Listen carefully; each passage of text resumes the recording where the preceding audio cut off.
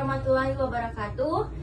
Kami dari Universitas Muhammadiyah Kendari, Fakultas Ilmu Hukum, kelompok 2 ingin memperkenalkan diri. Perkenalkan, nama saya Karina dan teman saya Muhammad Ilham, Muhammad Fatur, Kiflan, Adi Putra Dara, Muhammad Amar, Agus, dan saya Muhammad Fail Azam. Video ini dibuat guna menyelesaikan tugas final pendidikan kewarganegaraan dosen pengampu Ismi Fajriya SHMKes. Tugas yang kami buat adalah mewawancarai 6 tokoh, yaitu polisi, anggota partai, lembaga swadaya masyarakat, RT, ahli hukum, dan organisasi masyarakat. Baik, Assalamualaikum warahmatullahi wabarakatuh. Waalaikumsalam warahmatullahi wabarakatuh. Pertama-tama saya berterima kasih kepada Bapak karena telah menyempatkan waktunya untuk saya. Guna di sini saya akan menanyakan beberapa poin kepada Bapak. Poin pertama itu bagaimana Bapak menangani konflik yang terjadi di daerah wilayah Bapak ini? Iya deh, saya jawab adek. Sesuai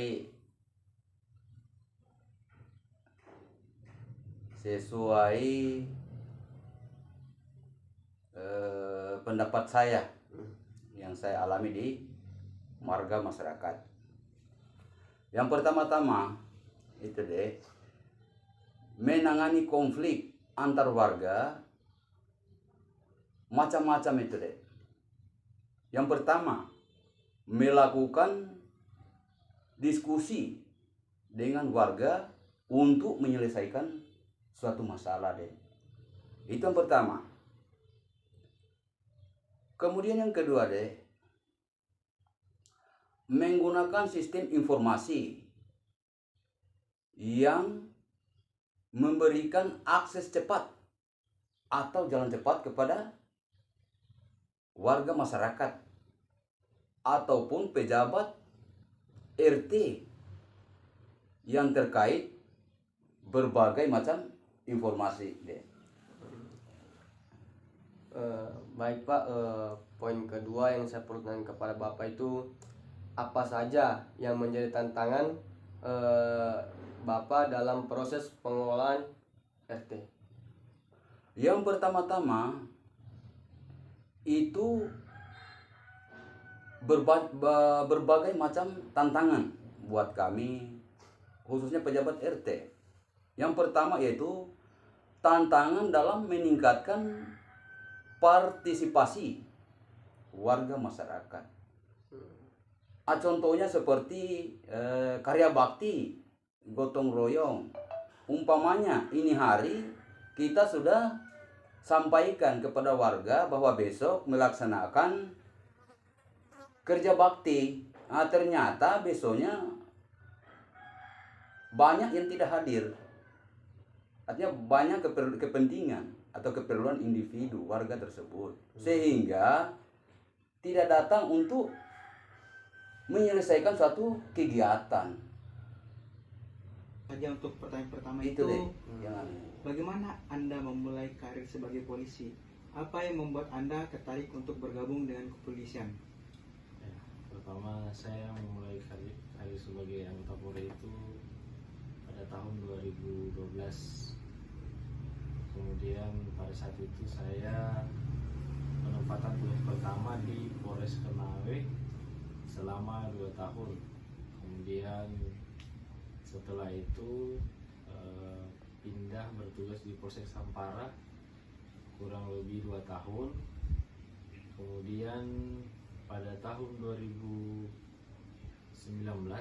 saya pindah bertugas di Polres Kendari.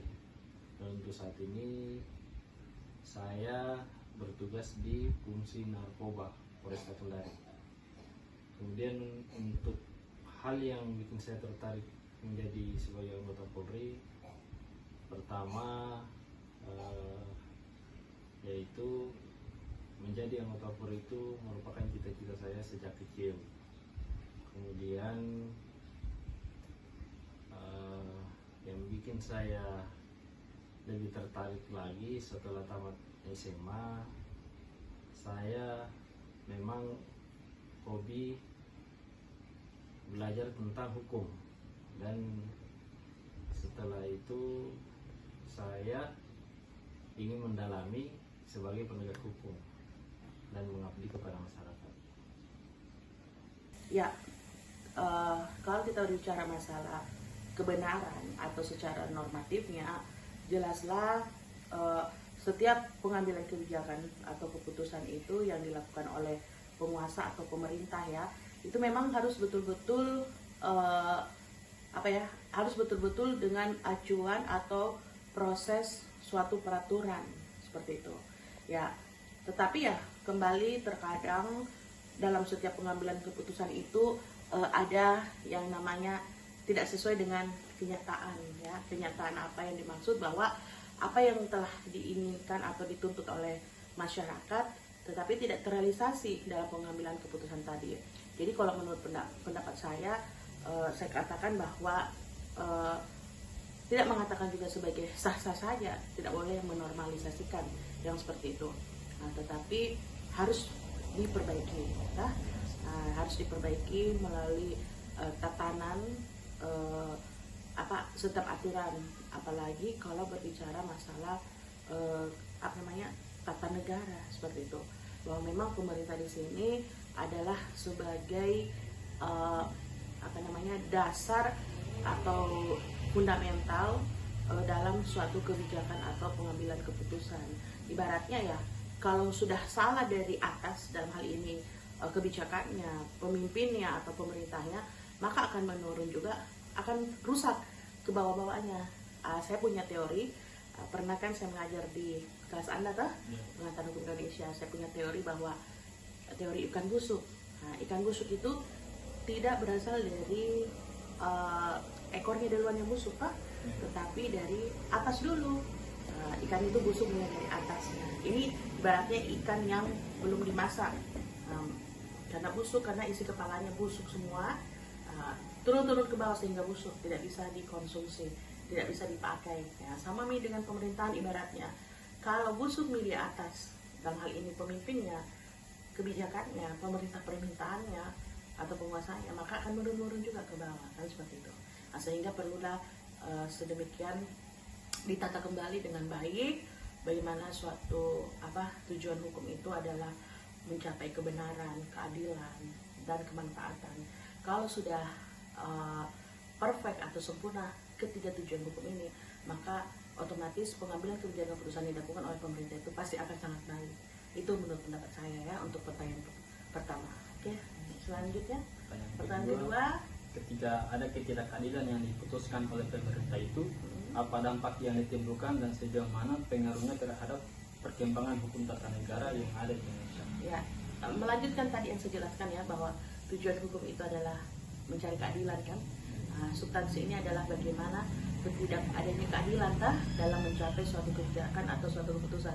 Otomatis dampaknya akan tidak bagus atau tidak baik seperti itu, karena ketidakadilan itu tidak diterapkan atau tidak direalisasikan untuk negara kita ya, sebagai tata pemerintahan yang baik, menciptakan good governance, pasti akan negara itu akan istilahnya hancur seperti itu. Karena kenapa saya katakan hancur? Karena dari kebijakan saja atau putusan itu sudah amburadul, apalagi realisasinya.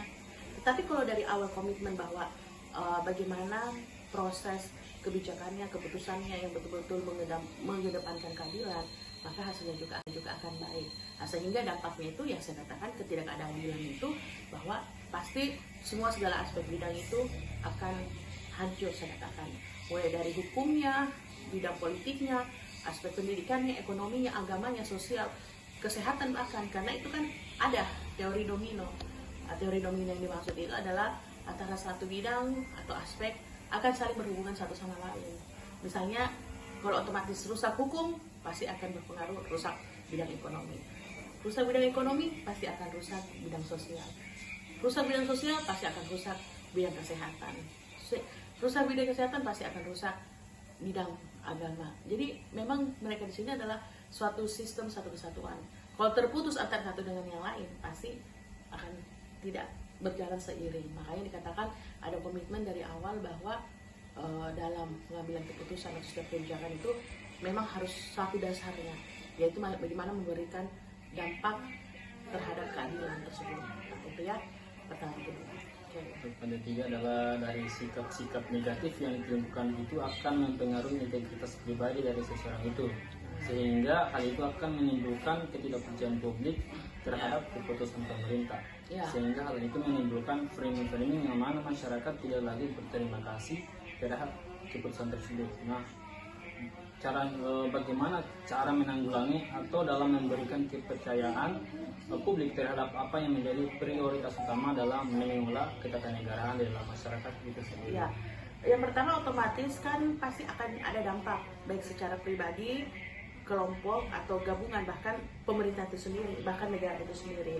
Karena kenapa? Karena ibaratnya begini, masyarakat mengatakan bahwa pemerintah yang mengeluarkan aturan, tetapi toh pemerintah juga yang ibaratnya melanggar, kan seperti itu. Ibaratnya dia aja bikin aturan, ya apalagi dia membawa nama besar misalnya sebagai, ya tau lah ya, di negara kita itu orang dilihat dari segi fungsi sosialnya, misalnya dari brandingnya, bahwa dia pejabat begitu. Nah, ketika misalnya pejabatnya tidak menunjukkan contoh yang baik kepada masyarakatnya, pasti masyarakatnya berkata begini, melanggar saja, dia saja melanggar, kan ibaratnya gitunya. Itu yang terjadi pada dampak secara pribadi, yang seperti itu. Misalnya sama dengan penegakan hukum, hakimnya saja bisa jadi sogok. Apalagi kita yang masyarakat biasa yang tidak tahu apa-apa, ngapain juga kalau kita tidak melakukan seperti itu, kan ibaratnya begitu. Makanya diperkuat dulu dari landasan pemerintahnya. Sebelum mengeluarkan suatu aturan atau kebijakan, sebenarnya dia harus memberikan contoh, sama dengan pimpinan misalnya. Contoh, dekan menginstruksikan bahwa dosennya harus rajin begitu, mahasiswanya harus rajin. Tapi kalau dekannya misalnya datang terlambat atau apa, kan otomatis dosennya pasti mengatakan bahwa dibalikan lagi bahwa bagaimana kita mau rajin, mahasiswa dekan saja, pimpinan saja ya malas nanti jam 12 baru masuk, kan ibarat seperti itu. Maka otomatis kalau kamu sudah menanggung dalam suatu jabatan itu, misalnya pimpinan, kamu dulu yang menunjukkan bahwa bagaimana kebaikannya, sehingga bisa mencontohkan kepada bawahanmu atau yang lainnya, kan seperti itu. Nah, sehingga dampak-dampak dari tadi itu, pertama ya, satu ada perbaikan, dua harus ada kepatuhan hukum, tiga ada konsisten dari awal. Artinya konsisten yang dimaksud di sini bahwa harus memberikan kebijakan yang betul-betul bijak seperti itu, yang betul-betul adanya suatu kepatuhan hukum seperti itu. Lalu keempat, yang terakhir, harus ada sanksi begitu. Biar juga adanya aturan, biar juga adanya tadi komitmen bagaimana, tapi kalau tidak ada penekanan, misalnya melanggar atau memberikan sanksi, pasti kan orang enteng-enteng saja, sudah deh, saya melanggar saja, tidak ada sanksi yang diberikan. Tetapi karena adanya penekanan, pasti kan orang berwas-was bahwa kalau saya lakukan ini, saya sanksi. Sanksi itu bukan berarti dipidana, tetapi misalnya dari segi sanksi sosial, kepercayaan masyarakat, ya. Terus misalnya sanksi administrasi, misalnya pemotongan, dikurangi remunnya misalnya, dikurangi tukinnya, dikurangi gajinya. Baik, selanjutnya saya sedang bersama Kak Tutmanal selaku wartawan. Baik Kak, saya akan melontarkan beberapa pertanyaan kepada Kakak. Bagaimana Anda memulai karir sebagai wartawan? Oke, baik. Sebelumnya perkenalkan, nama saya Rafli Tutmanal sebagai wartawan. Jadi sebelum saya menempuh di bidang wartawan dan bergelut di dunia wartawan, sebelumnya itu pada saat saya SMA, saya memang sudah memasuki organisasi. Seperti organisasinya itu organisasi jurnalistik. Di situ saya sebagai kameramen, tapi pada saat itu saya lebih tertarik ke reporter. Nah, setelah pada saat saya lulus sekolah, saya memasuki jurusan jurnalistik, dan kebetulan juga pada saat kuliah teman-teman saya senior saya banyak yang sudah lulusan dari jurnalistik, jadi saya berbaur dengan mereka. Dan hingga bagaimana Kakak menangani tekanan dan kesulitan dalam pekerjaan sebagai wartawan? sebenarnya ada beberapa strategi yang saya gunakan, seperti saya membagi waktu ini dan itu, dan saya juga mengelola waktu dengan baik. Dan kalau saya kesulitan, saya juga meminta bantuan kepada rekan-rekan wartawan saya seperti itu. Dan juga kita jadi wartawan harus tetap tenang walaupun dalam keadaan tekanan. Intinya kalau mau jadi wartawan harus tetap tahan banting dan mentalnya harus kuat gitu. Gitu ya. Baik, sekarang saya sedang bersama Kak Aldi Lamoito dari Jaringan Masyarakat Pemerhati Daerah. Baik Kak, langsung saja ke pertanyaannya. Menurut Kakak, apa saja isu sosial utama yang sedang dihadapi masyarakat saat ini? Terima kasih. Saya Aldi Lamoito selaku Ketua Umum Jaringan Masyarakat Pemerhati Daerah, salah satu LSM di Sulawesi Tenggara. Dari pertanyaan Arinda tadi, bahwasannya untuk isu-isu krusial yang ada Sulawesi Tenggara itu, yang pertama itu masih konstelasi politik di 2024, pemilihan pilgub dan juga wali kota. Yang kedua, banyaknya isu-isu sahara. Artinya di sini hoax-hoax yang kemudian mencuat di Sulawesi Tenggara, di khusus masyarakat Kota Kendari. Artinya provokasi-provokasi yang sifatnya entah itu media online ataupun media lainnya. Yang kedua, masalah kenakalan remaja tuh dengan banyaknya tindakan-tindakan kriminal di Kota Kendari. Dan alhamdulillah berkat juga pembentukan Timmas Kota Kendari, dalam hal ini aparat penegak hukum wilayah Kota Kendari banyak mengungkap kasus-kasus kriminal seperti kemarin diungkapnya kasus narkoba ataupun pembunuhan dan konflik-konflik sosial lainnya. Kalau menurut Kakak, apakah terdapat program-program sosial yang dimiliki oleh organisasi Kakak yang melibatkan peran masyarakat di dalamnya? Ya, artinya dari namanya saja Jaringan Masyarakat Pemerhati Daerah. Artinya pemerhatian ini bukan saja kepada masyarakat, kami juga sounding dalam isu-isu lingkungan. Seperti kemarin juga kami sounding di Sulawesi Conversion terkait pemasangan baliho di pohon, terkait dengan banjir di Kota Kendari yang sedang meluap akibat pembangunan BTN yang diduga tidak menyalahi aturan lah daripada perizinan dan lain-lain. Kami juga peran kami masyarakat tentunya hadirnya ini warga LSM sebagai wadah, sebagai kontrol sosial. Banyaknya kasus-kasus seperti tindak pidana korupsi, masalah pertambangan di Sulawesi Tenggara, dan juga beberapa proyek-proyek yang kemudian mangkrak yang kemudian itu meresahkan masyarakat, khusus masyarakat Kota Kendari pada umumnya. Karena kami bertempatan di Kendari, sekretariat juga di Kendari, jadi seyogyanya kontrol-kontrol sosial itu tentunya di Kendari dulu kami rampungkan. Seperti kemarin banjir-banjir yang kemudian didampakkan daripada pembangunan BTN yang apa sih peran organisasi Kakak terhadap masyarakat? Nah, peran daripada organisasi kami ini ya itulah dari namanya saja mahasiswa Pokok Aso. Nah, artinya kami di sini sebagai mahasiswa yang kemudian bersatu untuk bagaimana caranya kami bisa merangkul daripada masyarakat, yaitu yang kami sering adakan sosialisasi di masyarakat tentang bagaimana caranya memelihara daripada budaya. Nah, kita tahu bahwa mahasiswa Pokaso ini masih salah satu organisasi suku Tolaki. Apakah dalam ormas Kakak ini mempunyai program-program sosial yang melibatkan peran masyarakat di dalamnya? Nah, kemarin juga untuk program daripada organisasi kami ini, kami juga sempat kemarin kan sudah berapa lama juga ya organisasi yang kami dirikan, sempat kemarin kami turun tentang beberapa adanya yang terjadi di Sulawesi Tenggara itu, salah satunya itu korban banjir. Nah, kami program yang kemudian kami jalankan itu yaitu kami turun ke lapangan, ada yang namanya penggalangan dana.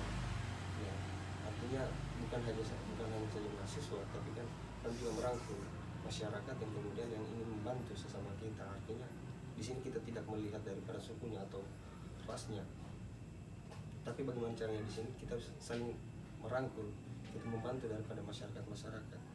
2,000 years later. Itulah tadi video cuplikan wawancara dari kelompok kami. Sekian, kami kelompok 2 pamit undur diri. Billahi fisabilillah haq, fastabiqul khairat. Wassalamualaikum warahmatullahi wabarakatuh.